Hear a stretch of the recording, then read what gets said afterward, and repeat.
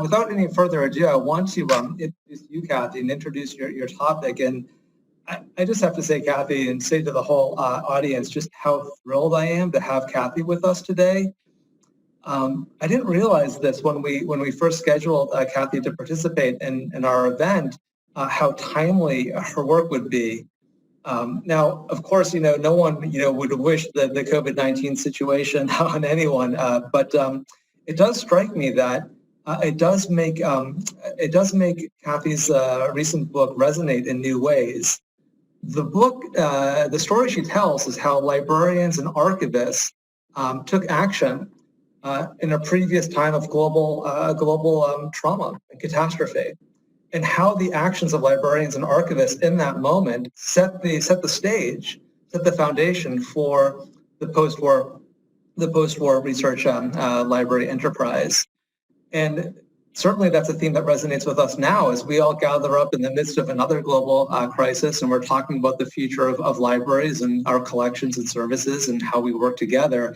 And now we're actually getting together to set the stage for what does the research library enterprise look like going forward post-COVID-19. And so this topic really resonates in new and powerful ways. Kathy is a really accomplished social and cultural historian of U.S. history. She's done lots of work in gender, cultural history, sexuality, consumer culture. And I have to just say that I'm especially honored to have Kathy here, because one of my favorite books that I read first year of grad school was Cheap Amusements. And I think it is just such a powerful book that really illustrates how you can use the categories of gender and class to really tease out insights into U.S. history. So I've admired Kathy for a number of years, and I was really shocked in the most wonderful way possible that she turned her recent attentions to our world, research libraries and archives. And so with that, Kathy, I'm going to turn it over to you and just say thank you so much for spending time with us today. Well, it's a great pleasure. And I wonder if I could have my slide presentation. Excellent. So thank you, Greg, for inviting me, and thank you, participants, for being here. I will say that this is the first time I've spoken to a live audience without being able to see them. And so I'm trusting that you're breathing out there and safe and well. And I also I know we have a little time for question and answers at the end, but I welcome you to be in touch with me if you want to follow up in any way, or if I can assist you. Librarians are my favorite people. So if I could have the next slide, please. All right. These two men, William Wild Bill Donovan and Archibald MacLeish, are emblematic of the developments that I want to talk about today, the mobilization of information and publications in a time of national emergency. Both these men were interventionists, and both believed that information through open sources, books, periodicals, newspapers, were essential to confronting the crisis of the war and the possibilities of the post-war world. As war developed in Europe and threatened the United States, William Donovan, who was a Republican lawyer, a World War I veteran, and politico, basically, argued for the creation of a centralized intelligence agency, which was initially called the Coordinator of Information, a significant title, I believe, and later known as the OSS, the Office of Strategic Services. It's the precursor to the CIA. I'm sure MacLeish needs no introduction to you. He was a famed playwright, poet, and at this time, Librarian of Congress. He's a very unusual individual. He called upon librarians to become defenders of freedom, not only custodians of culture, and he was behind many initiatives to strengthen American research libraries through the acquisition of foreign holdings and to build cooperative arrangements. These two men met together in the summer of 1941 on MacLeish's porch to plot a future that would have a large impact on research libraries. Next slide, please. So developments before the war shaped the immediate response as the nation went to war. And just very briefly, there's much more to be said, but just briefly, ideas of universal information and international cooperation had circulated, especially in Europe, in the interwar years and even before. in the documentation movement and the Mundaneum. The resurgence of nationalism in the 1930s undercut this internationalist project. In the United States, the establishment of the National Archives was a symbol of the nationalizing impetus. The Library of Congress, which had been founded as a legislative arm of the Congress, it also came to identify itself as a national library, as McLeish's predecessor, Herbert Putnam, put it, a bureau of information for the entire country. Such initiatives as union catalogs and the Historical Record Survey were important for binding together regional and national materials. But in many ways, the most important development before the war was the growing interest of Americans in microfilm technology to ensure preservation, access, and distribution of the world's knowledge. And Eugene Power, the founder of University Microfilms, was a very important figure in this effort. Next slide, please. The descent into World War II was obviously a time of unease and foreboding, of swirling rumors, and of war mobilization. And this spurred the development of what some called an information consciousness. Research librarians gathered materials useful for the national defense, including a war documentation service, and public libraries too undertook the formation of war information centers. Next slide. For the government and military, there was the need for information on a vast scale that could be used essentially as intelligence for the purposes of fighting the war. The OSS and the Library of Congress collaborated on an extraordinary effort in which librarians, scholars, and collectors were sent to neutral cities around the world, to Lisbon, Stockholm, New Delhi, and other places, to acquire foreign publications. Newspapers and serials, scientific and technical reports, industrial directories, near-print materials of all sorts were potentially useful in the war effort. And an organization was created called the IDC, that I will call the IDC because its name is so long, the Interdepartmental Committee for the Acquisition of Foreign Publications. And it was headed by Frederick Kilgore, who at the time was a young man who had been employed as an assistant to the head of the Harvard Library, Peiss Metcalf. This was a remarkable ingathering of foreign publications, not with the aim of universal knowledge, but rather for the sake of national security. Despite being publicly available, open source information was sequestered and marked as secret, and in some ways continues to be marked as secret unless it is explicitly declassified. This also involved a massive use of microfilm, and I want to just talk very briefly about two of the people who were involved in this effort. The first is Adele Kuyber, who's the only woman who was sent abroad to do this kind of acquisitions. She ran a really incredible operation in Stockholm, probably the most effective operation. She herself was a PhD in medieval linguistics, which she got at the University of Chicago. She had learned how to take photographs of manuscripts and rare books in Europe, basically for her for professors at the University of Chicago, and she turned this knowledge into an expertise in microphotography. Her operation produced over 3,000 reels of microfilm. Next slide, please.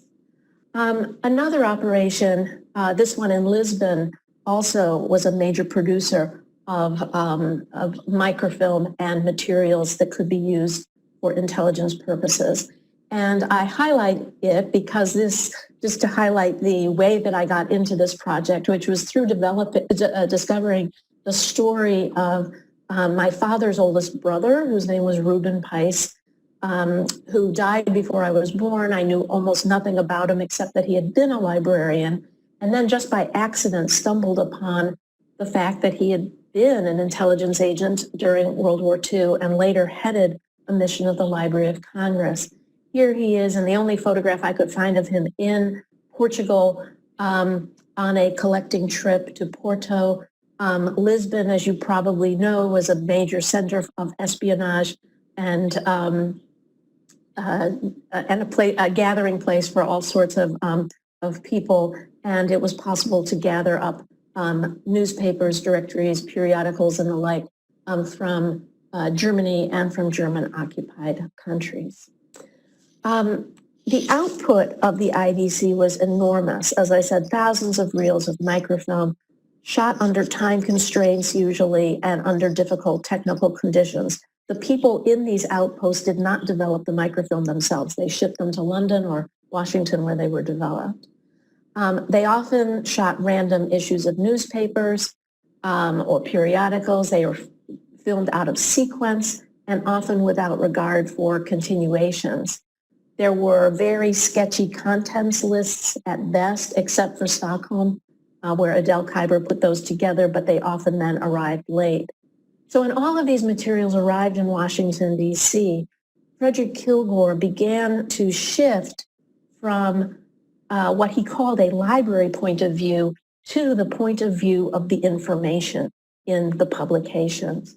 And with his second in command, David Clift, who went on to a major career in the library world and the director of the American Library Association, they used fairly simple ideas of information management, creating subject indexes with topics that had been defined by the users themselves, in this case, the war agencies, getting together a small army of indexers to find the intelligence items in the newspapers and periodicals, and a group of translators who could provide short abstracts and full text translations. The operation grew to almost 200 people at its height, many of them women and emigres who provided these services. Using these tools, the group changed from, again, this is quoting Kilgore, from an acquisitions group to an active producer of intelligence. Next slide, please. Meanwhile, after D-Day in 1944, librarians and intelligence gatherers became integrated into army units that were called T-forces, T for target. And these operated behind the advancing troops going through France and Belgium and ultimately into Germany, gathering up records, archives, and publications as they had before, but even in more massive quantities. In spring and early summer 1945, U.S. forces uncovered enormous library and book collections hidden in salt mines, caves, cellars, remote castles, and villages, as you can see in this in these photographs. Many of these were German libraries that had been relocated to avoid Allied bombing. Others held millions of looted volumes of mainly taken from Jewish institutions and individuals in German and German-occupied territories. What to do with these works and the items collected by intelligence teams posed an enormous problem for the military. They had no experience with books or archives, to say the least. Next slide, please. So looking at this from the point of view of American research libraries, they were extremely anxious about what would happen to their usual acquisitions efforts when the war ended. They did not know what had happened to their standing orders. They didn't know the fate of their European agents, and they didn't know how long it would take to return to a commercial book trade with stable currency. Many of them remembered what had happened after World War I with an unseemly scramble to acquire library materials among a devastated population. Maybe you are not surprised, but I was struck by how much this was not a genteel world of librarians. Peiss Metcalf, the head of the Harvard Libraries, was constantly complaining about how other libraries were getting the jump on him, especially the Hoover Institution Library. Herbert Hoover, its founder, had an extensive network of collectors and colleagues, many from his days as head of relief efforts after World War I. And these agents sought to collect the fugitive records of war for the Hoover Library. Among them are the two of the figures in this photograph, journalist Louis Lochner and Frank Mason. And his team used care packages as one of the Hoover agents put it, to separate people from their libraries. The ARL, the Association of Research Libraries, even set up a committee on post-war competition in book purchases. So this issue about getting back into Europe and getting a jump on everybody else was a pretty compelling one among research libraries. Next slide, please. So the needs of the military and the research libraries came together in a unique cooperative endeavor, the Library of Congress mission. And this is one of my favorite photographs of the ones that I have. The librarians in trench coats, they were required to dress in a military fashion. The man in the middle with the pipe is my uncle, Reuben Peiss. The elderly gentleman second from the right is Harry Leidenberg, a longtime director of the New York Public Library and one of the deans of librarianship in this time period. The idea here was to purchase 3 copies of every book that had been published in Germany and occupied Europe during World War II. But they also worked with the military to screen the materials acquired by intelligence teams and found by Army units. This turned into a vast collecting mission, far larger than anyone anticipated. Once these books were shipped to the United States, they were classified and allocated to over 100 research libraries across the country, according to particular library strengths and needs. And of course, the Library of Congress got many of these, but many other libraries did as well. This arrangement followed a proposal known as the Farmington Plan, initially developed in 1942 by Archibald MacLeish and his team of library consultants as a scheme of library cooperation. Its goal ultimately was to ensure that every book published in the world would be available somewhere in the United States. Next slide, please. This mission, as I said, expanded in a variety of ways, and I think it's worth seeing it as kind of an industrial scale effort. Extraordinary and tempting collections could be found everywhere, from the Ries collection of Nazi materials in the Munich Nazi headquarters to a photograph archive hidden in a restaurant bathroom. And these discoveries went on for a good year. In addition, the military government ordered all publications with a Nazi or militaristic content to be sequestered and destroyed. This roused a critical response back in the United States from journalists and, of course, from librarians who saw this as a form of book burning. The upshot was that the Library of Congress mission would preserve the records of Nazism by setting aside copies of these books to be given to research libraries and government agencies. In the end, the entire distribution of these books from Germany acquired by the Library of Congress mission was about 588,000 volumes. Next slide, please. A final challenge involved the looted Jewish books and their restitution, an effort that took several years. It involved the Monuments Men, that famous unit of the Army designated to preserve the cultural heritage of Europe, and the organization Jewish Cultural Reconstruction, which was a U.S.-based but international organization that was recognized as the successor agency to distribute volumes that were unidentifiable and orphaned. And this is a really remarkable story that I'm happy to talk about. Approximately 150,000 volumes of these unidentifiable works were sent to the United States and distributed to a number of institutions, largely Jewish institutions of higher learning and seminaries and the like, the Library of Congress, and to some university libraries. Next slide, please. So this was an extraordinary time in which librarians and scholars mobilized in a national emergency, and their efforts had longer-term effects on the post-war research library. The war accelerated the development of information science, and computer technology, of course, enabled the disaggregation of published content into searchable, accessible information. Even during the war, the OSS was experimenting with punch cards and microforms in its Central Information Division.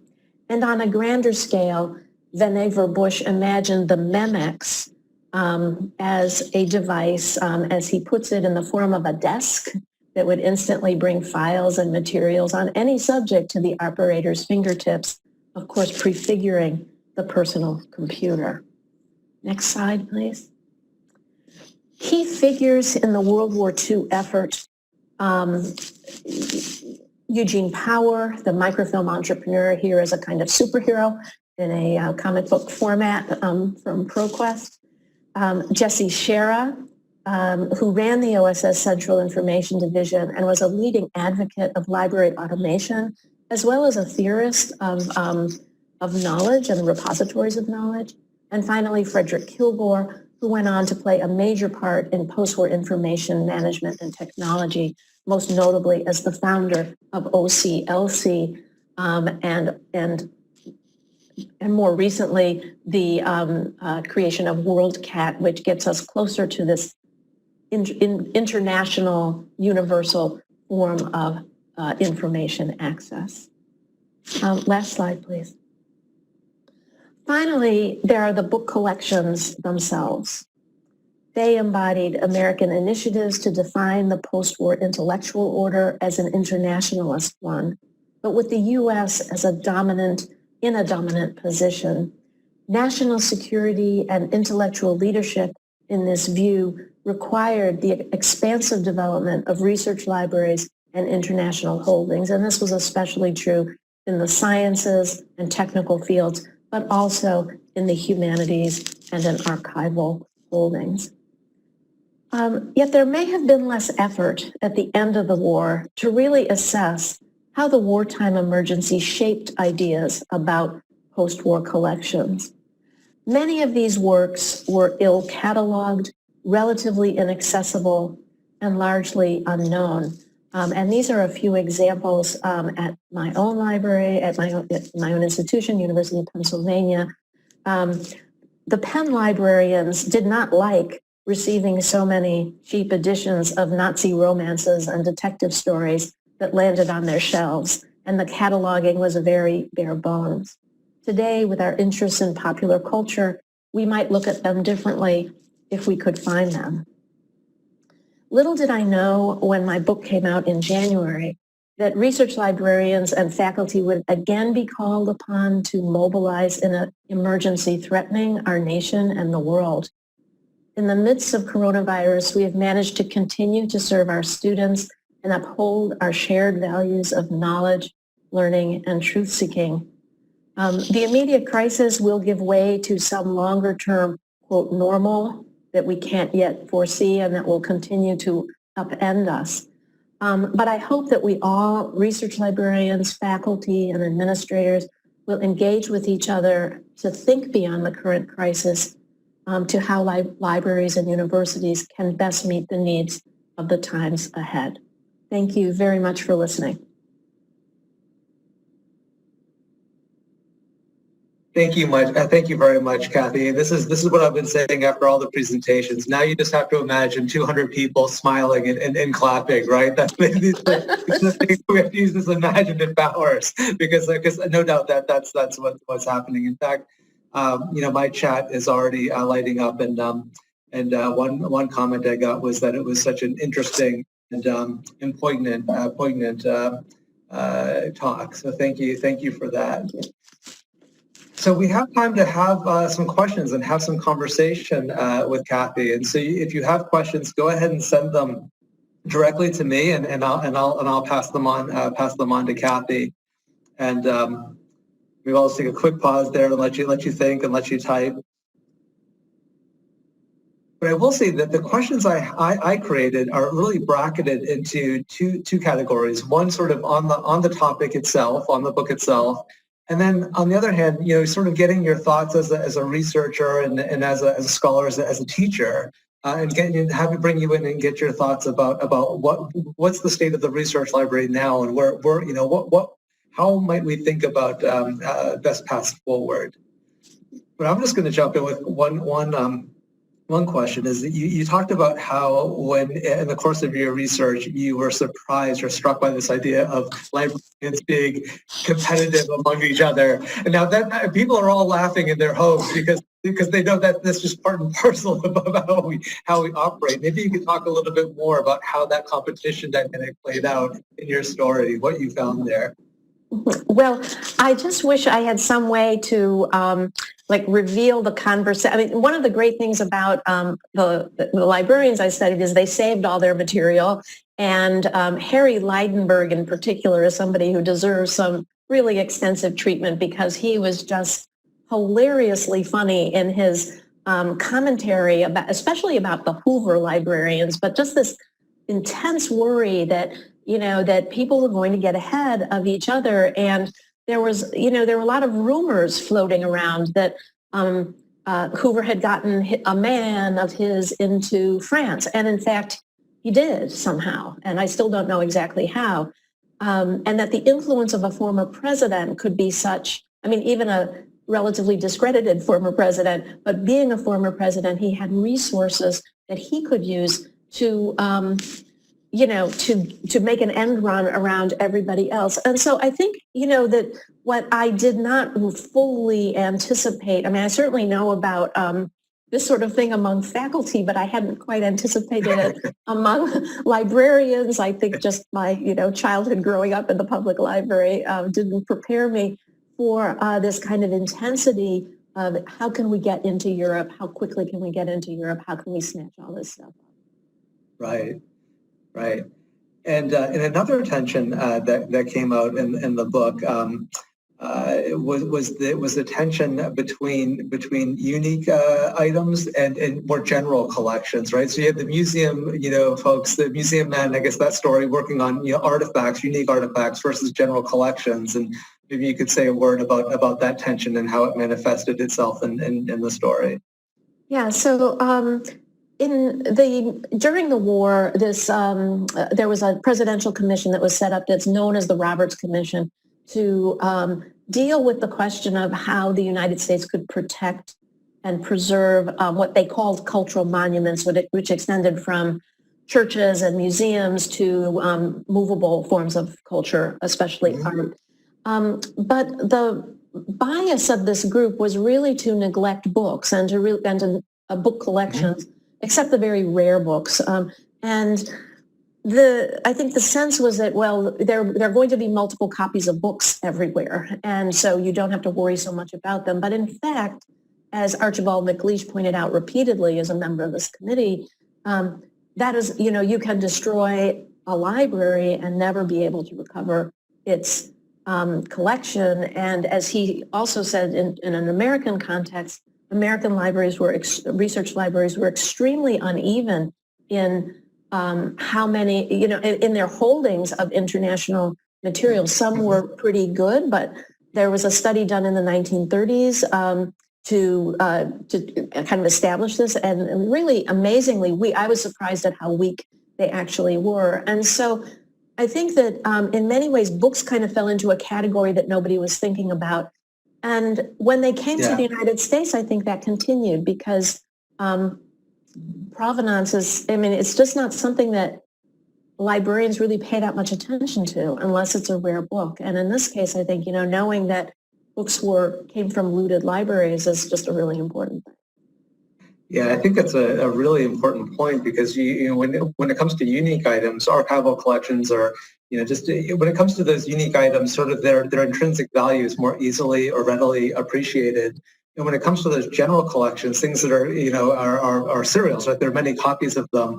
They're really just seen as being their value is current use, right? But then what we don't realize is that over time they become rare and distinctive in and of themselves. And so how do you catch the balance between current use versus future use? And so that aligns very much with one question that comes up that's coming up in the chat, and that gestures towards your current thoughts in this COVID-19 environment, which is what is the value now and the likely continued value of materiality? Right, we're all moving to this digital space where we're removed from our physical libraries and physical books. Do books matter? Do they not, or do they matter in different ways? Maybe you get your thoughts on materiality of collections. Yeah, so I will preface this by saying I'm obviously a historian. And I'm probably going to deliver a message many of you don't want to hear about materiality.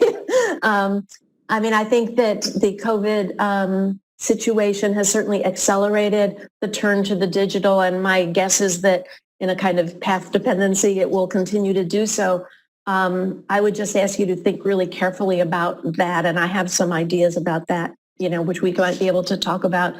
But I think that the materiality of books and periodicals and other kinds of print material, to me as a historian, is extremely important. And I think that we lose something by not being able to work with the physical object. And I have several examples of that. Size, format, feel of paper, the production values of paper are extremely important. And if, for example, I tell students to go look at Life magazine using the Google owns the Life archive, the students have no understanding of what that actually looked like. It might not be in color, the photographs might be, the digitization might not be in color, the format, the size is just completely elusive, not to mention that Google missed a lot of pages in digitizing Life magazine. So I think that at least as a modern historian doing 20th century, not to have somewhere in multiple copies the physical copies of Fortune magazine or Vogue or any of those in which the aesthetics of the production are meaningful, I think that's really a problem. Secondly, I would say that the digital furthers a tendency towards decontextualizing. So keyword searching means that you may not be reading runs of a magazine the way like I did as on microfilm, on headache-inducing microfilm. At least you'd still be scrolling through and reading. Now, of course, you can tell your graduate students, yes, read, don't just keyword search, but they're not going to do that. And so I think, again, that has changed how historians have done their work, and I think that we may be missing some really important things. And the last thing I'd say has to do with preservation. Books and even microfilm are technologies that can be read without electricity. And I think, we should have a kind of law, the black swan approach, that we have a very long run. And if there's a period of human history in which we're without electricity, we want to be able to preserve knowledge. That's how I'd answer the importance of materiality. Well, it's interesting. I've been thinking about materiality in this COVID-19 environment because I think of that story that I think Anthony Grafton shares oftentimes when he was in a library doing research in Italy, and a fellow researcher in the reading room was taking manuscripts and smelling them. And then when Anthony inquired what he was doing, right, he was actually tracking how the plague had moved across Italy. Because villages treated papers with vinegar, right, to sort of, right, the vinegar to sort of stave off the plague, and you could track that by the materiality of the items. So, great questions coming in. Maybe this is one that have to ask. We're going to ask you, Kathy. Could you talk about gender? Talk about gender in the story, right? Yeah. Well, this is sort of one of the embarrassing questions because I started out my career as a gender historian. I still think of myself that way. I teach in those fields. The next research I do has a very strong gender component. Gender in this story is not a kind of dominant category of analysis, and obviously, there's a gender split in the library world, in the research library world. At that time, at least, it was overwhelmingly male. And so most of this story is about men. And of course, because we're talking about war zones or post-war zones, there was a great reluctance to send women into those zones. There are women who figure in my story in very significant ways. They are kind of outliers, but really interesting, like Adele Kuyber.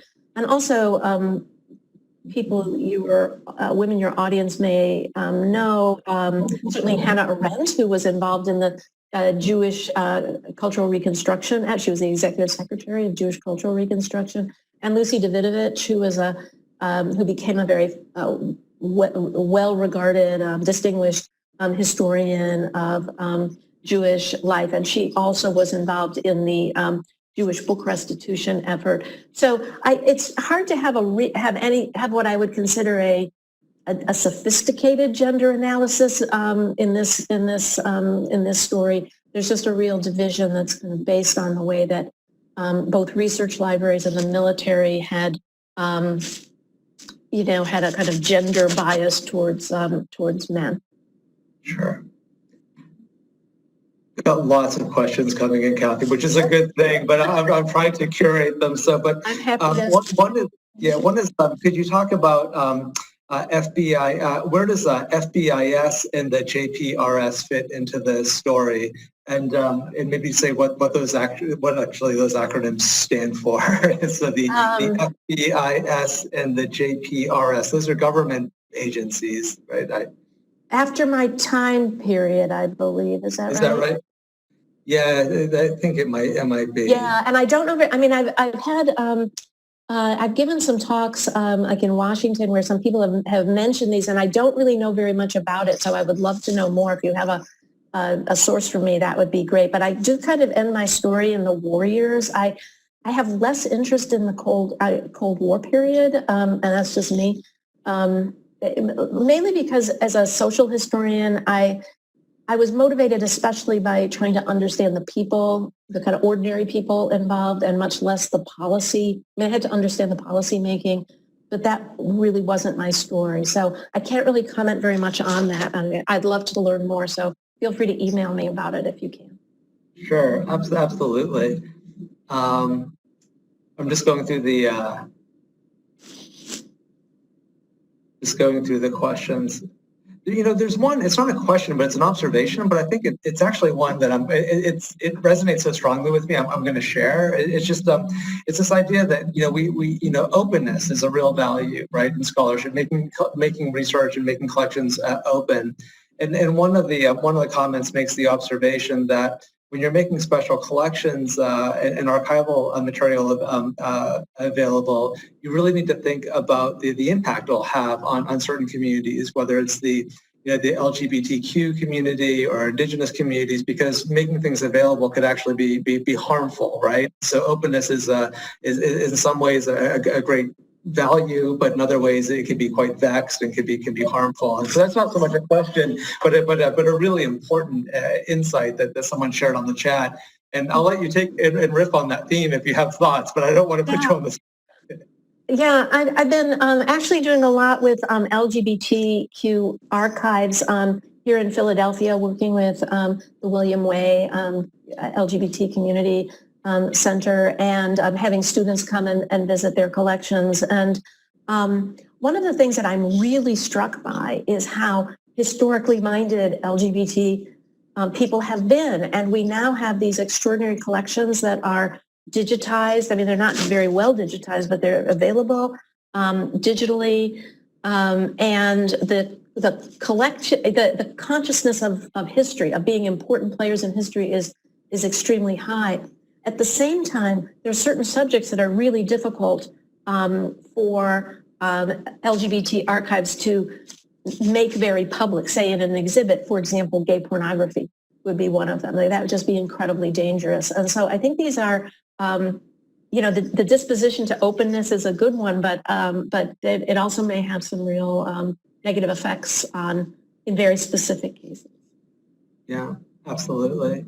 So, well, I want to be respectful of your time, but I do want to, we have an incredible audience. We have research librarians at all sorts of levels of an organization, all sorts of different functional areas across the U.S. and Canada. What do you, in this COVID-19 moment, and as we look to create the research library community of the future, what should we keep in mind, Kathy? What do you want us to know? Well, the first thing I want you all to know is that you've all just done an incredible effort. I mean, we've all had to just turn on a dime. I mean, to do something that nobody could have imagined. Like on March 1st, we weren't really imagining this, and then we all did it. And it's been really hard as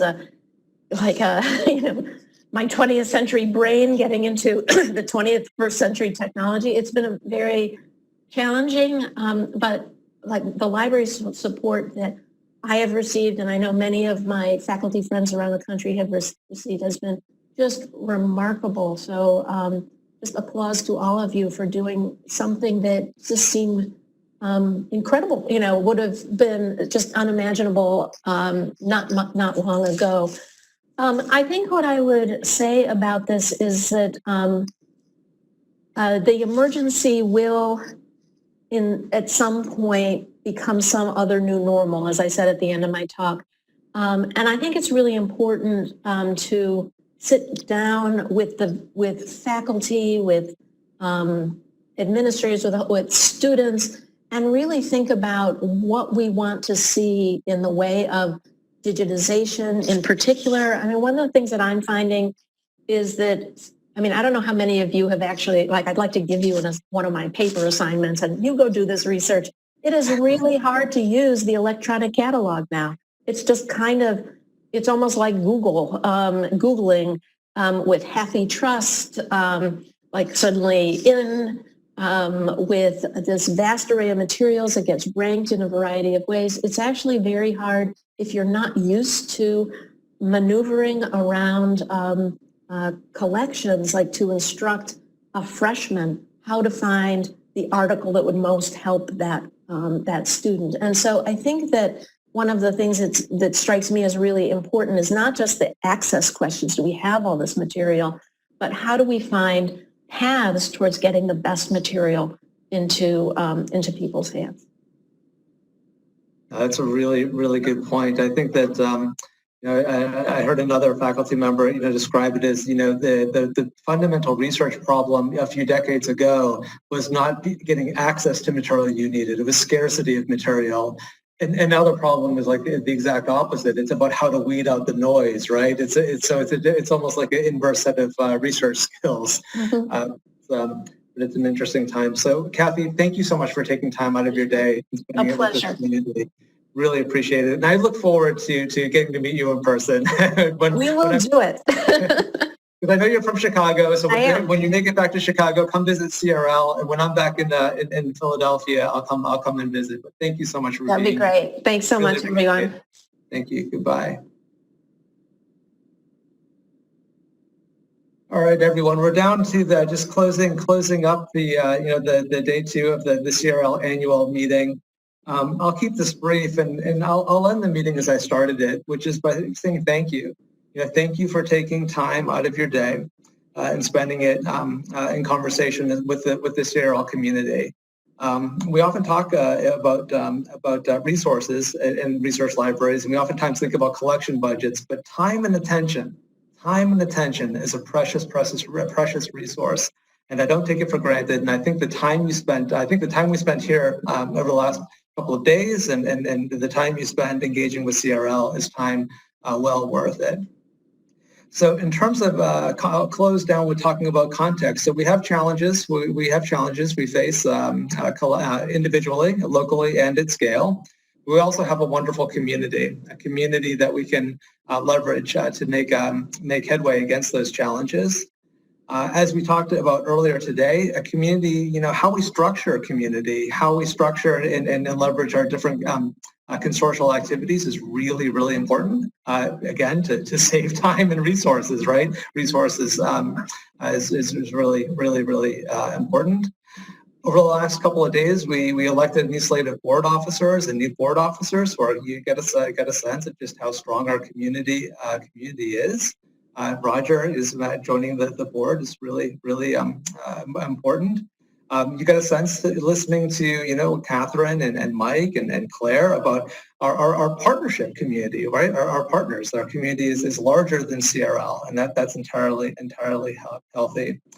And hopefully you got a sense, at least as we talk about through the questions and then talking about the different folks that are on the call, about the diverse community that's in this audience, that if we were together in person, we would be able to see. And I'm really committed to having an amazing get together. So when we're able to get together physically and gather, and actually, I don't want to put Mike and Claire on the spot, but I'm thinking in the interest of building community, building partnerships, in saving resources, I'm thinking of a joint CRKN HathiTrust CRL meeting, and I'm thinking it should be in Montreal, which is my favorite city in the world, and I'd love to do it in Montreal. I want to do another quick shout out. I've mentioned it several times, the importance of Canada, and I've said that CRL is based in the U.S., but we're not a U.S. consortium. We're actually binational. That's really important to me, and I want to say a quick word about why that is. I think that the international focus of CRL is really important in terms of collections and services, but it's really important in terms of our membership and our community itself.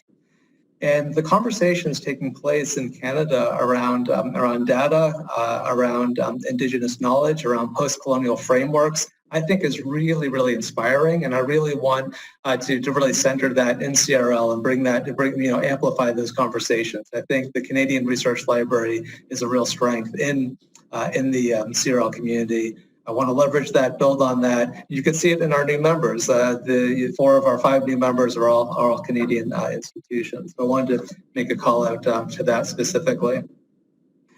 Finally, I also said yesterday that as a new president, that I saw yesterday and today as the beginning of a conversation between me and you and the CRL community. I really mean that. Please email me. I'll respond to emails. I want to engage with you.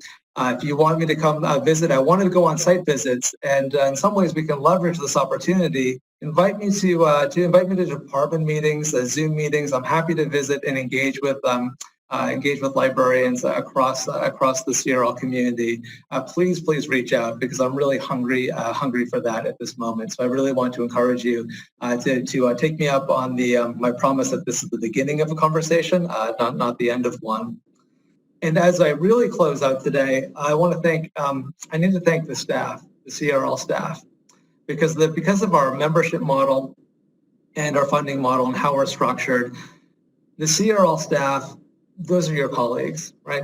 You should see the CRL building, you should see the staff and all of our operations as just an extension of your local library. And if you go to the CRL webpage, one of the first things I did was I had pictures of all of our staff put up on the website, so to really make their labor visible, make our staff visible.